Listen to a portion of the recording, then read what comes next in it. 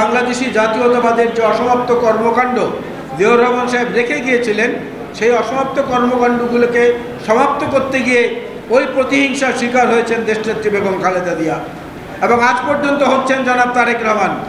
আপনারা দেখেছেন যে একজন শীর্ষ সন্ত্রাসীর মাধ্যমে তারেক রহমানের জীবনহানির লক্ষ্যে তাকে হত্যা করার উদ্দেশ্যে যে মিশনটি চালু হয়েছিল সেটি সৌভাগ্যক্রমে রহস্য উদ্ঘাটিত হয়েছে এবং সে আসামিরা এখন আইনশৃঙ্খলা বাহিনীর হেফাজতে রয়েছেন। এই জুলাই অভ্যুত্থানে 168 জন পথশিশু নিহত হয়েছে। শুধু পথশিশু নিহত হয়েছে 168 জন। এই জুলাই অভ্যুত্থানে যারা আহত হয়েছেন তাদের ব্যাপারে তারেক রহমানের চেয়ে বেশি খোঁজখবর নিচ্ছেন এমন কোনো সরকারি তৎপরতা আমি অন্তত দেখি নাই। তারপরেও মনে হয় যেন এই সরকারকে বোধহয় বোবা ভূতে পেয়েছে। ঘুমের মধ্যে অনেক সময় মানুষকে বোবা ভূতে পায়। এই বোবা ভূতে পেলে পরে দেখবেন অনেক কিছু বলতে ইচ্ছা করে, অনেক কিছু করতে ইচ্ছা করে, দৌড় দিতে ইচ্ছা করে, চিৎকার করতে ইচ্ছা করে, কিন্তু কিছুই করতে পারে না। পাশে যে থাকে সে শুধু গোঙানির শব্দ শোনে। তো এই সরকারের কাছ থেকে আমরা গোঙানির শব্দ ছাড়া আর কিচ্ছু শুনতে পাচ্ছি না। দিকভ্রষ্ট একটি সরকার, কি করবে এরা নিজেরাই জানে না, নিজেদের শরীর কত বড় এটাও জানে না। অবশ্য এখানে কথাও আছে, কারণ প্রাণী গবেষণাবিদরা দেখিয়েছেন গাধা হচ্ছে একমাত্র প্রাণী যে তার চোখ দিয়ে তার পুরো শরীরটা দেখতে পারে, আর কোনো প্রাণী এটা পারে না। আবার পাকিস্তানে যখন গিয়েছিলাম তখন দেখে এসেছি ঘোড়ার চেয়ে গাধার দাম বেশি। জানেন তো কী কারণে? ঘোড়ার চেয়ে গাধার দাম বেশি পাকিস্তানে এই কারণে যে ঘোড়ার চেয়ে বেশি মালপত্র বহন করতে পারে গাধা।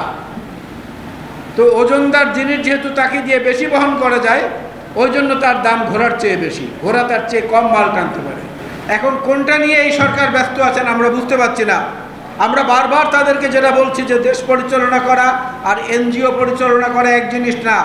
মাইক্রো ক্রেডিট নিয়ে তৎপরতা দেখিয়ে সারা পৃথিবীর কাছে প্রশংসা পাওয়া আর নিজের দেশের মানুষের কাছে প্রশংসা পাওয়া, এ দুটো আলাদা জিনিস।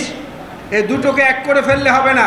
কেবল এলেন, আবার এরপরে ব্রিটেনে যাচ্ছেন আগামী 9 তারিখ না 10 তারিখে আরও একটা পুরস্কার আনার জন্য। যেখানে যাচ্ছেন সেখান থেকে একটা করে ডক্টরেট ডিগ্রি নিয়ে আসছেন। শেখ হাসিনাকে আমরা একসময় দেখেছিলাম তার স্বামী ডক্টর ওয়াজেদের সঙ্গে পাল্লা দিয়ে অনেকগুলো ডক্টরেট ডিগ্রি নিয়ে এসেছিলেন বিদেশ থেকে।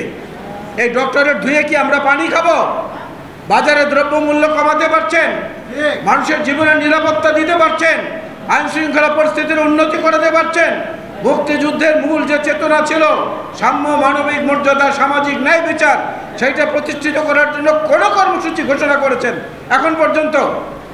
অন্তর্বর্তীকালীন সরকার অন্তর্বর্তী আচরণের মধ্যেই থাকুন, স্থায়ী কোনো আচরণের মধ্যে যাওয়ার এখতিয়ার আপনাদের নেই, আপনাদেরকে কেউ দেয়নি।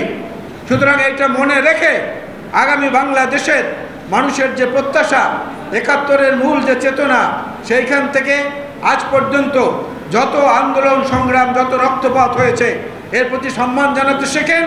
শহীদ জিয়াউর রহমান বীরুত্তম এবং তার সঙ্গী সাথী যারা রণাঙ্গনে ছিলেন তাদের প্রকৃত সম্মান ফেরত দেওয়ার চেষ্টা করেন। মুক্তিযুদ্ধ বিষয়ক মন্ত্রণালয়ের মধ্যে নানা রকম কর্মকাণ্ড চলছে, প্রশাসনের মধ্যেও নানা রকম কর্মকাণ্ড চলছে। এখন পর্যন্ত প্রশাসন দিশাহীন। যতগুলো সংস্কার কমিটি হয়েছে, একটি সংস্কার কমিটিও আজ পর্যন্ত তাদের কোনো একটা রূপরেখা জাতির সামনে উপস্থাপন করতে পারেনি। 10 মাস হয়ে গিয়েছে, আর কতদিন লাগবে? বাংলাদেশ স্বাধীন হতে লেগেছিল 9 মাস, আর এই স্বাধীন দেশের একটা নতুন রূপরেখা, একটা নতুন রাজনৈতিক বন্দোবস্ত এইটা করতে 10 মাসেও আপনারা ব্যর্থ হয়েছেন। সুতরাং মুক্তিযোদ্ধাদের কাছ থেকে আপনাদের শিক্ষা নেওয়া উচিত।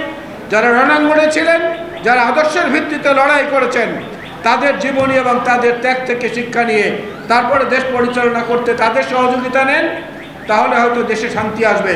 না হলে এই দেশে শান্তি অনেক সুদূর পরাহত হয়ে গেছে।